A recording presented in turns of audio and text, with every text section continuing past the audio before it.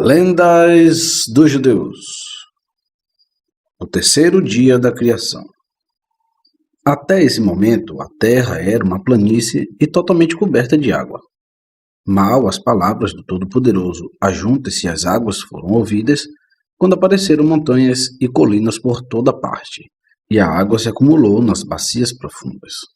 Mas a água era recalcitrante, resistiu à ordem de ocupar os lugares mais baixos e ameaçou transbordar a terra, até que o Criador a forçou de volta ao mar e envolveu o mar com areia. Agora, sempre que a água é tentada transgredir seus limites, ela vê a areia e recusa. As águas apenas imitaram seu chefe Raabe, o anjo do mar, que se rebelou na criação do mundo.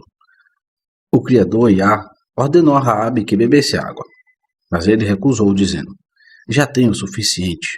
A punição por sua desobediência foi a morte. Seu corpo repousa nas profundezas do mar, a água dissipando o mau cheiro que dela emana. A principal criação do terceiro dia foi o reino das plantas, tanto as plantas terrestres quanto as plantas do paraíso.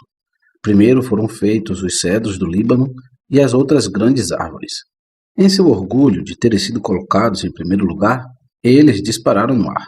Eles se consideravam os favoritos entre as plantas. Então o Criador falou: "Eu odeio a arrogância e o orgulho, pois só eu sou exaltado, e ninguém além disso." E ele criou o ferro no mesmo dia, a substância com a qual as árvores são derrubadas. As árvores começaram a chorar, e quando o Criador perguntou o motivo de suas lágrimas, elas disseram: "Choramos porque tu criaste o ferro para nos arrancar com ele. Nosso destruidor foi chamado à existência." O Criador respondeu: "Vocês mesmos fornecerão cabo ou machado." A ordem de produzir sementes de acordo com sua espécie foi dada apenas às árvores, mas os vários tipos de grama raciocinaram que, se o Criador não desejasse divisões de acordo com as classes, ele não teria instruído as árvores a darem frutos de acordo com sua espécie e com a semente nela, especialmente porque as árvores se inclinam por vontade própria para dividir eles mesmos em espécies. As gramíneas, portanto, se reproduziram também segundo suas espécies. Isso provocou a exclamação do príncipe do mundo: "Que a glória de Yah dure para sempre, regozije-se o Criador em suas obras." O trabalho mais importante realizado no terceiro dia foi a criação do paraíso. 2 portões de carbúnculo formam a entrada do paraíso, e 60 miríades de anjos ministradores vigiam-nos. Cada um desses anjos brilha com o brilho dos céus. Quando o justo aparece diante dos portões, as roupas com que foi sepultado são tiradas dele, e os anjos o vestem com 7 vestes de nuvens de glória, e colocam em sua cabeça 2 coroas, uma de pedras preciosas e pérolas, a outra de ouro de Parvaim. E eles colocaram 8 murtas em sua mão, e proferiram louvores diante dele, e disseram-lhe: "Vai e come teu pão com alegria." E eles o levam a um lugar cheio de rios, cercado por 800 tipos de rosas e murtas. Cada um tem um dossel de acordo com seus méritos, e sob ele correm 4 rios, um de leite, a outra de bálsamo, a terceira de vinho e a quarta de mel. Cada copa é coberta por uma videira de ouro, e 30 pérolas pendem dela, cada uma delas brilhando como Vênus. Sob cada dossel há uma mesa de pedras preciosas e pérolas, e 70 anjos estão à frente de cada homem justo, dizendo-lhe: "Vai e coma com alegria o teu mel, pois você se ocupou com a Torá, e ela é mais doce do que o mel, e bebe do vinho preservado da uva desde os 6 dias da criação, pois tu te ocupaste com a Torá, e ela é comparada ao vinho." O menos belo dos justos é belo como José e o rabino Johanã, e como os grãos de uma romã prateada sobre os quais incidem os raios do sol. Não há luz, porque a luz dos justos é a luz brilhante, no auge da vida, e ele entra na divisão dos homens e desfruta dos prazeres da masculinidade. Finalmente, ele é transformado em um homem velho. Ele entra na divisão dos velhos e desfruta dos prazeres da velhice, no auge de sua vida. Existem 80 miríades de árvores em todos os cantos do paraíso. A pior entre elas, mais escolhida do que todas as árvores de especiarias. Em cada canto há 70 miríades de anjos cantando com doces vozes. E a árvore da vida fica no meio e sombreia todo o paraíso. Tem 15.000 sabores, cada um diferente do outro, e seus perfumes variam igualmente. Sobre ele pairam 7 nuvens de glória, e os ventos sopram sobre ele de todos os 4 lados. de modo que o seu redor se espalha de um extremo a outro do mundo. Embaixo sentam-se os estudiosos e explicam a Torá. Sobre cada um deles estende-se 2 palhos, um de estrelas, outro de sol e lua, e uma cortina de nuvens de glória separa um palho do outro. Além do paraíso, começa o Éden, contendo 310 mundos e 7 compartimentos para 7 classes diferentes de piedosos. No primeiro estão as vítimas mártires do governo, como Rabbi Akiba e seus colegas. Na segunda, os que se afogaram. No terceiro, Rabino Johanan ben Zakkai e seus discípulos. Na quarta, aqueles que foram levados na nuvem de glória. Na quinta, os penitentes, que ocupam um lugar que nem mesmo um homem perfeitamente piedoso pode obter. Na sexta estão os jovens que não provaram o pecado em suas vidas. No sétimo, estão aqueles pobres que estudaram a Bíblia e a Mishnah, e levaram uma vida de decência que se preze.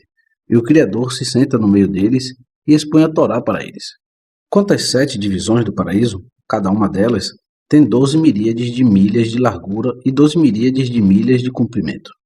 Na primeira divisão, habitam os prosélitos que abraçaram o judaísmo por sua própria vontade, não por compulsão. As paredes são de vidro e os lambris de cedro. O profeta Obadias, ele próprio um prosélito, é um superintendente desta primeira divisão. A segunda divisão é feita de prata, e seus lambris são de cedro. Aqui habitam aqueles que se arrependeram, e Manassés, o penitente filho de Ezequias, o preside. A terceira divisão é construída de prata e ouro. Aqui habitam Abraão, Isaque e Jacó, e todos os israelitas que saíram do Egito, e toda a geração que viveu no deserto. Também Davi está lá, juntamente com todos os seus filhos, exceto Absalão, um deles, Releabe, ainda vivo. E todos os reis de Judá estão lá, com exceção de Manassés, filho de Ezequias, que preside a segunda divisão sobre os penitentes. Moisés e Arão presidem a terceira divisão. Aqui estão vasos preciosos de prata, e ouro, e joia, e dosséis, e camas, e tronos, e lâmpadas, de ouro, de pedras preciosas e de pérolas, o melhor de tudo que existe no céu. A quarta divisão é construída de belos rubis, e seus lambris são de madeira de oliveira. Aqui habitam os perfeitos e firmes na fé, e seus lambris são de madeira de oliveira, porque suas vidas eram amargas como azeitonas para eles. A quinta divisão é construída de prata e ouro refinado, e o mais fino de ouro e vidro e bidélio, e no meio dela flui o rio Guion. O lambril é de prata e ouro, e um perfume exala através dele mais requintado do que o perfume do Líbano. As cobertas das camas de prata e ouro são feitas de púrpura e azul, tecidas por Eva, e de escarlate e pelos de cabra, tecidas por anjos. Aqui habita o Messias, em um palanquim feito de madeira do Líbano, os seus pilares de prata, o fundo de ouro, o assento de púrpura. Com ele está Elias. Ele pega a cabeça do Messias, coloca-o em seu seio e diz a ele: fique quieto, porque o fim está próximo. Todas as segundas e quinta-feiras, sábados e feriados, os patriarcas vêm a ele, e os 12 filhos de Jacó, e Moisés, Arão, Davi, Salomão, e todos os reis de Israel e de Judá, e choram com ele e o consolam, e diz-lhe: aquieta-te e confia no teu Criador, porque o fim se aproxima. Também Coré e sua companhia, e Datã, Abirão e Absalão, vêm a ele todas as quarta-feiras e perguntam-lhe: quanto tempo antes que o fim venha cheio de maravilhas? Quando nos trará a vida novamente e nos erguerás do abismo da terra? O Messias lhe responde: vá a seus pais e pergunte a eles. E quando eles ouvem isso, ficam envergonhados e não perguntam a seus pais. Na sexta divisão, habitam aqueles que morreram por praticar um ato piedoso. E na sétima divisão, aqueles que morreram de doença infligida como expiação pelos pecados de Israel.